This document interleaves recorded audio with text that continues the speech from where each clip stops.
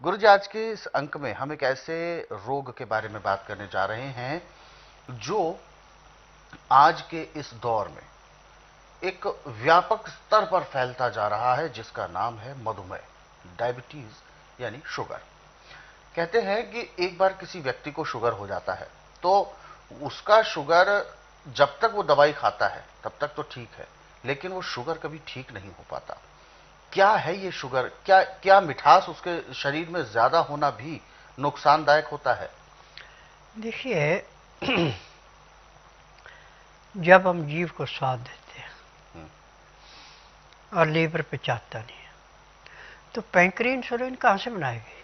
जी। अब इसमें देखिए, छना हुआ आटा, धुली हुई दालें, छिली हुई सब्जियाँ सबसे ज़्यादा तो लीवर का सर्वनाश करती है। यदि चोकर वाला आटा खाएं, छिलके वाली दालें खाएं, छिलके वाली सब्जियां खाएं, लीवर पूरा काम करेगा।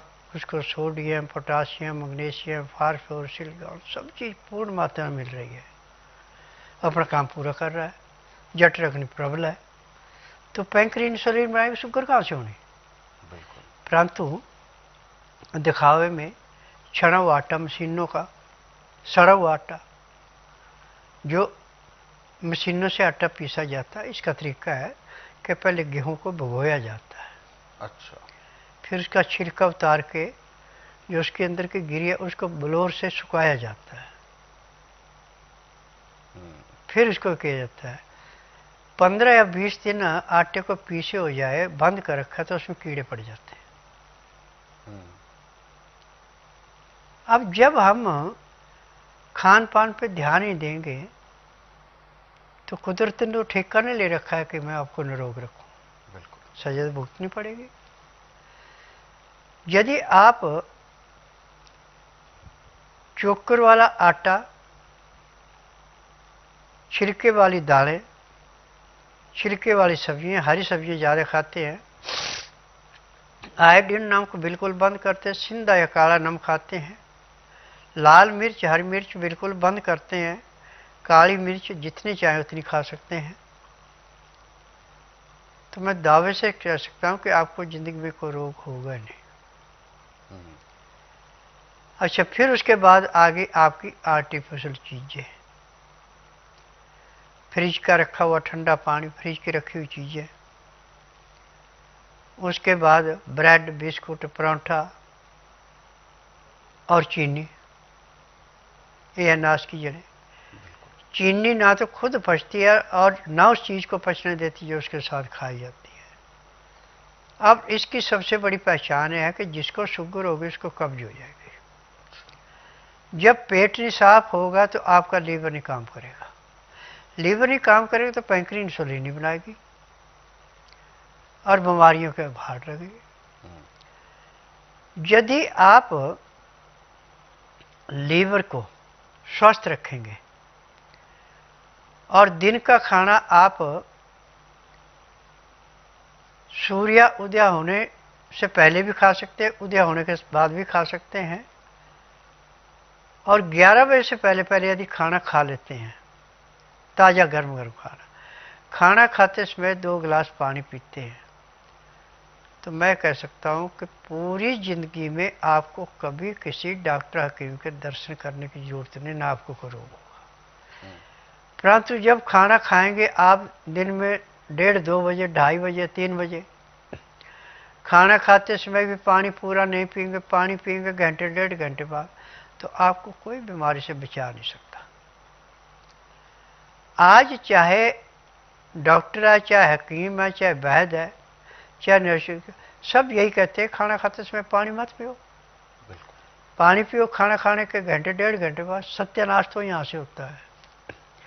हमेशा खाने के साथ 2 गिलास हल्का गर्म पानी, लहसुन, प्याज, अदरक का रस मिला के पी रहे हैं, या काला नमक, काली मिर्च, सिंधा नमक, काली मिर्च, नींबू का रस मिला के आप पी रहे हैं। खाना खाते समय 2 गिलास पानी पीते हैं। उसका तरीका है कि 2-4 ग्राही खाना खाया, 2 घुट पानी पिया। पानी पीने में, खाना खाने में आप 1 घंटा लगाएं, उसके बाद दातन कूड़ा करके 5 मिनट के लिए वज्रासन बैठें। वज्रासन से उठ के कम 20 मिनट के लिए आप चाहे सैर करें, चाहे कमरे में थोड़ी देर टहल लें। 20 मिनट के लिए आप शवासन लेट जाएं। 5 मिनट बाईं साइड करवट लें, 3 मिनट दाईं साइड करवट लें। अब मैं दावे से कह सकता हूं कि आपको जिंदगी में किसी दवाई की जरूरत ही नहीं पड़ेगी, ना रोग होगा। परंतु हमारे में कमी क्या है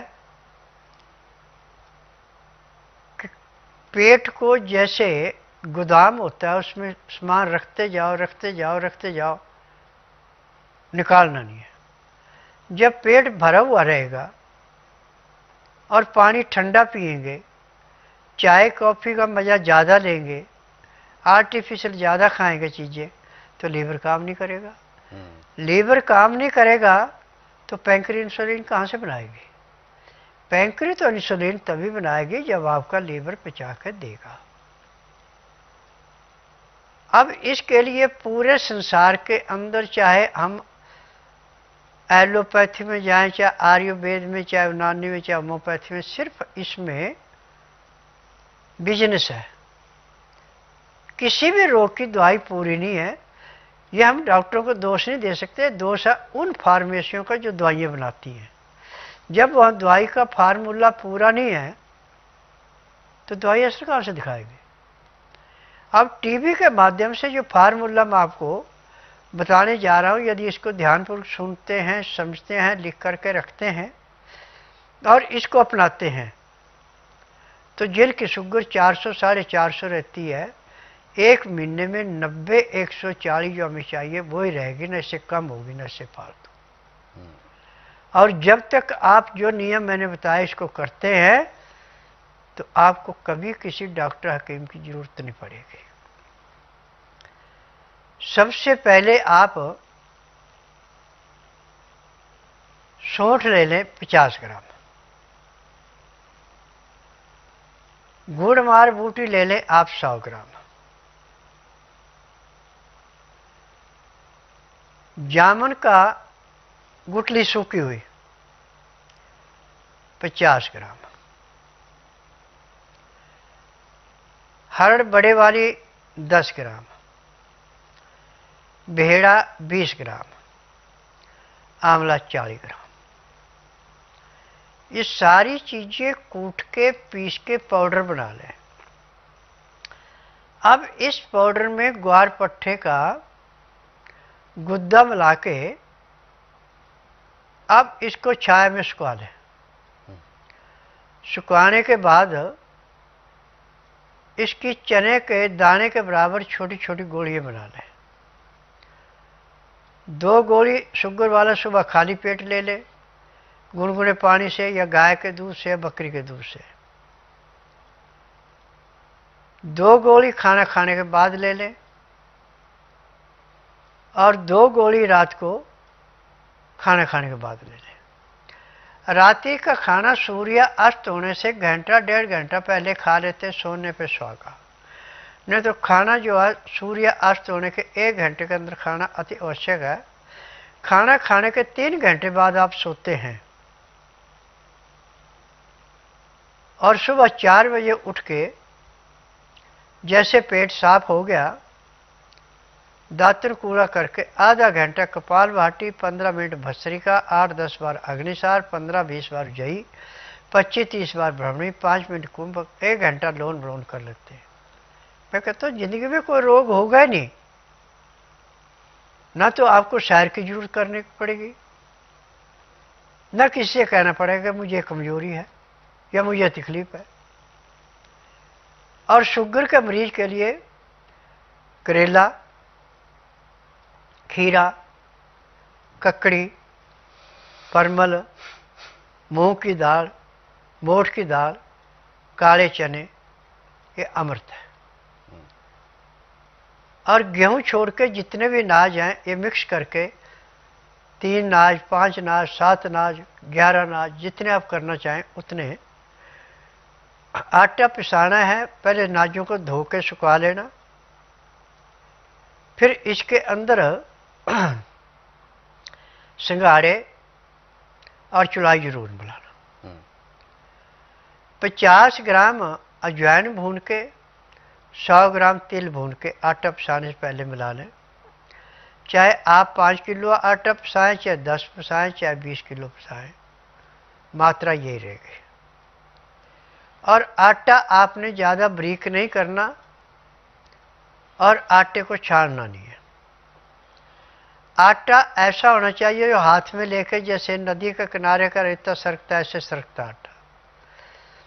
और जितनी भूखा उतना आटा लेके सख्त गूंद के खुले पानी में रख दें। और इतने में आपने दाल सब्जी जो भी चीज़ खानी है वो बना लें, परंतु पकते समय उसमें सिर्फ नमक, हल्दी, बस 2 चीज़ें डालनी, तीसरी कोई नहीं। और मिट्टी के बर्तन में पकाएं, सोने पे सुहागा, नहीं तो अमोनिया का बर्तन छोड़ के चाहे आप स्टील का बर्तन लें, चाहे कलाईदार पीतल का लें, चाहे कलाईदार तांबे का लें। अब जब दाल सब्जी आपकी पक जाए उसको नीचे उतार लें। जो आटा आपने गूंद के पानी में रखा था उसको निकालें, जो सख्त मुलायम हो गया, जो उसके कण थे वो सारे फूट गए। अब इसकी रोटी ऐसे बननी जैसे बाजरे की रोटी होती है, मक्की की रोटी से पतली और गेहूं की रोटी से थोड़ी मोटी। अब ये रोटी थाली के अंदर डाल दें और जो आपके पास दाल सब्जी जो बनाई उसको डाल दें। आपने दाल सब्जी को छौंक नहीं लगाना। शीशे की किसी भी बोतल में या मर्तबान में किसी में भी मसाला पीस के रखना। आपने सौंठ, काली मिर्च, बड़ी इलायची, दालचीनी, जीरा, सौंफ और तेज पत्ता, ये 7 चीज़ें पीस करके पाउडर बना के रख लेना। चुटकी भर इसका डालना। और खाना खाते समय 2 गिलास पानी उबाल के रख लिया। जब उसका 15 से 18 डिग्री टेम्परेचर रहेगा तो उसमें लहसुन, प्याज, अदरक पीस करके 1-1 चम्मच दोनों गिलासों में पानी मिला दें और ढक के रख दें। जिनको लहसुन, प्याज, अदरक से नफरत है वो काला या सिंधा नमक, काली मिर्च और नींबू का रस मिला के ले लें। अब रोटी आप थाली में डाल करके ऊपर से दाल सब्जी जो आपकी वो डाल दें। 10 मिनट इसको विश्राम करने दें, फिर उसको रोटी को मसलें। जैसे सूप पीते ऐसी बन जाए तो बहुत बढ़िया, नहीं तो ग्राहियाँ भी खा सकते हैं।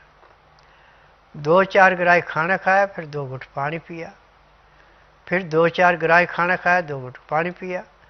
पानी पीने में, खाना खाने में यदि आप 1 घंटा लगा देते हैं तो मैं दावे से कह सकता हूँ कि आपको ज़िंदगी में कभी किसी डॉक्टर हकीम के पास जाने की ज़रूरत नहीं, ना ही आपको कोई रोग। रोग तब होता है जब हम